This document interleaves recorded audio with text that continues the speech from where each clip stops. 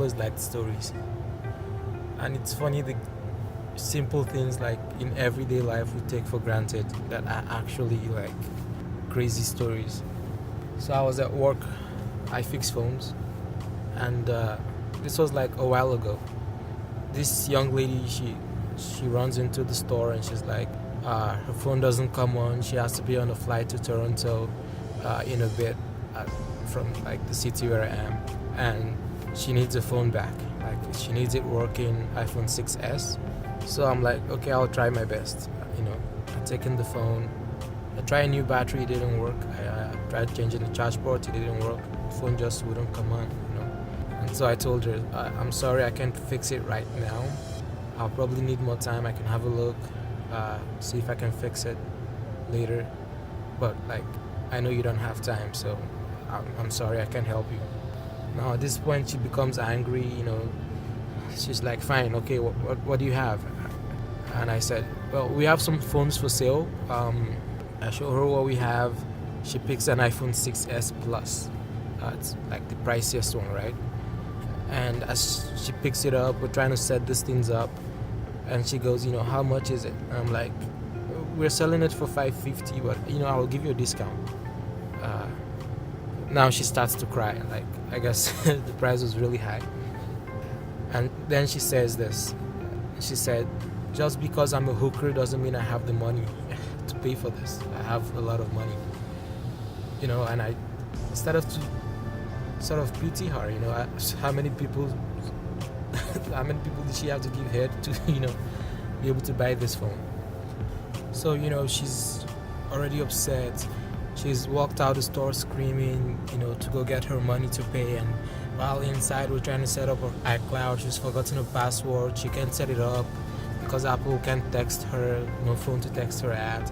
This is all a little crazy, and I'm feeling just sympathetic for this lady, this young hooker who had to do whatever she had to do, and now she can't even get her phone going.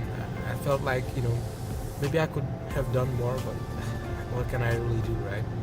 So after this entire ordeal, she's okay now. Like, she thanks me, she goes, and I guess she travels. Fast forward a few weeks later, I get the phone going, we fix it. I try to call her on the phone, but she's like, she has a voicemail. I couldn't reach her. And then she comes back to the store and she says, well, this phone you gave me, it's shitty. It doesn't work. Like, it only worked for a bit. And I'm like, oh, I'm sorry. But by the way, I fixed your phone, so you can pick up your old phone now, and I'll refund you the cost you paid to buy this other phone. And now she's like really excited. Like, I was happy, to make her happy this time. At least this time, she's happy, It's just like a happy customer this time. And she's like, oh, I'm so happy you're working today and all that. And then, we do the transaction. She takes her old phone and she leaves. But as she goes out to leave, she goes in her car. She was driving a white convertible Mercedes. A white convertible Mercedes S-Class. Now, last time I saw her, she was probably in a client's car, which is like an old school family car, a old school wagon. If you like a Sienna style thing, right? The old school ones. This was a Chevrolet thing, a little rusty, or whatever. But she was in someone else's car. I could tell because I could see the passenger. And I thought maybe, this girl probably lives in a shack, like she's struggling to make ends meet, she's sleeping for money, whatever. I'm not judging her, it's just life stuff, right? And I was feeling sort of sorry for her, like I could help her more, right? And, feeling all the sadness of society letting people down. But here she is driving a white convertible Mercedes. She's happy, she's got a phone, no complaints. And it dawned on me that perhaps the job she does, she loves it. Like killing two birds with one stone, Sometimes we feel the urge to feel pity and sorry for other people, and we want to sort of be heroes for them. But it blinds us from seeing that, hey, that person is probably very happy where they are. If we can see the whole picture, it kind of takes away the element of pity, the element of pride, the element of judging somebody, you know.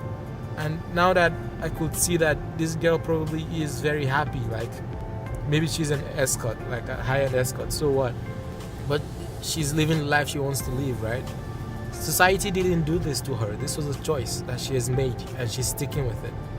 And it was important for me, especially because I get quite disturbed when I see people that have to do this kind of things in society for money, like people that have been let down, homeless people, stuff like that. That shit gets me really sad.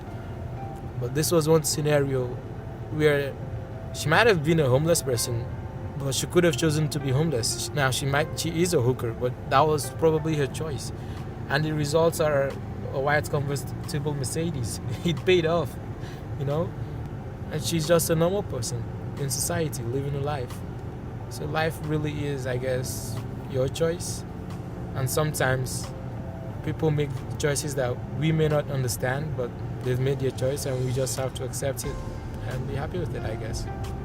I like to always think of a moral of a story, but this is definitely an interesting story for me to tell at the bar or something.